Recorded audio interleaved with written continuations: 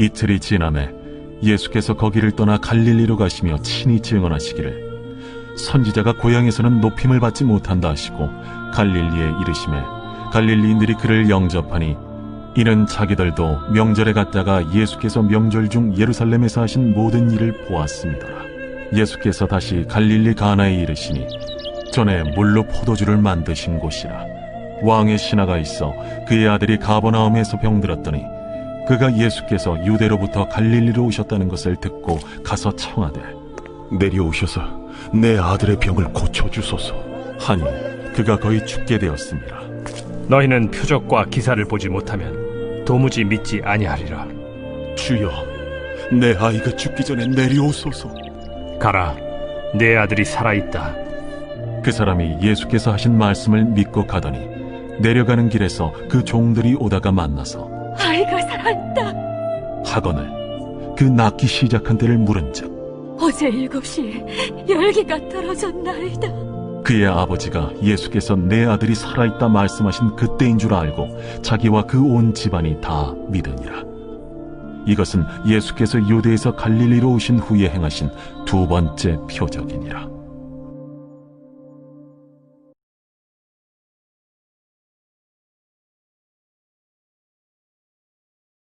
오늘 우리가 나누는 말씀은 요한복음 4장 43절에서 54절까지의 말씀입니다.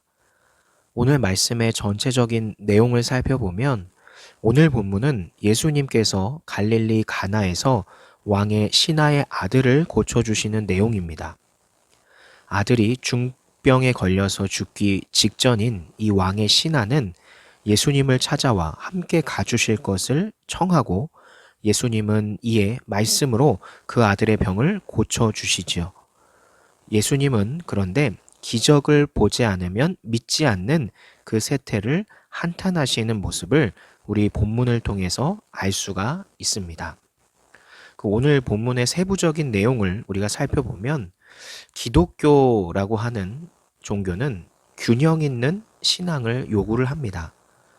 본문에서 왕의 신하는 당시의 그 기득권층에 속한 사람이었죠. 그런데 예수님은 그의 문제도 같은 연민을 가지고 해결을 해주셨습니다. 주님은 그의 문제에 집중을 하신 것이지 그가 가진 조건에 집중하지 않으셨다라는 거예요. 기독교는 부자의 편도 가난한 자의 편도 되어서는 안 됩니다. 오직 하나님 중심, 하나님 편에 속해야 하는 거죠. 예수님은 가난한 자, 소외된 자, 부한 자, 강한 자 모두 같은 사랑으로 대해 주셨습니다. 어떤 사람들은 주님이 소외된 자들의 대변인인 것처럼만 강조를 하죠.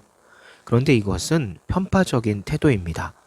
가난한 자를 차별해서도 안 되지만 부자들을 역차별해서도 안 된다는 거예요. 사회적으로 가진 자, 강한 자에 대해 은근히 피해 의식을 갖고 있는 것도 기독교가 되어서는 안 됩니다. 부자들도 부의 형성 과정이 정직해야 하고 삭개오와 같이 베푸는 자세를 가져야 하겠지만 가난한 자들도 너무 가진 자들에 대해서 불필요한 피해 의식을 가져서는 안 된다는 거예요. 주님은 권력자들의 필요도 때로는 채워주셨습니다.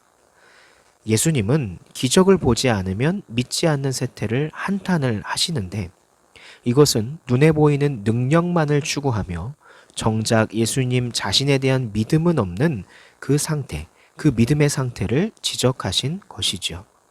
성경에는 이미 충분한 표적과 기사가 기록되어 있습니다. 이제 하나님의 살아계심을 증명하기 위해 더 이상의 기적과 표적은 필요하지 않습니다. 어리석게도 여전히 보아야만 믿겠다고 말할 것이 아니라 그리스도가 하나님의 아들이심을 보지 않고도 믿는 믿음을 가진 우리가 되어야 합니다.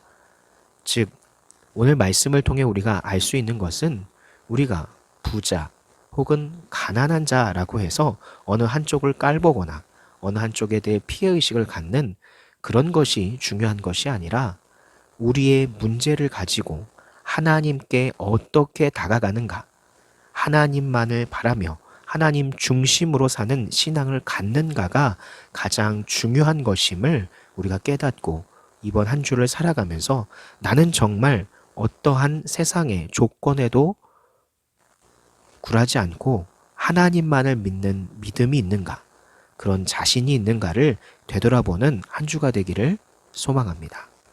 감사합니다.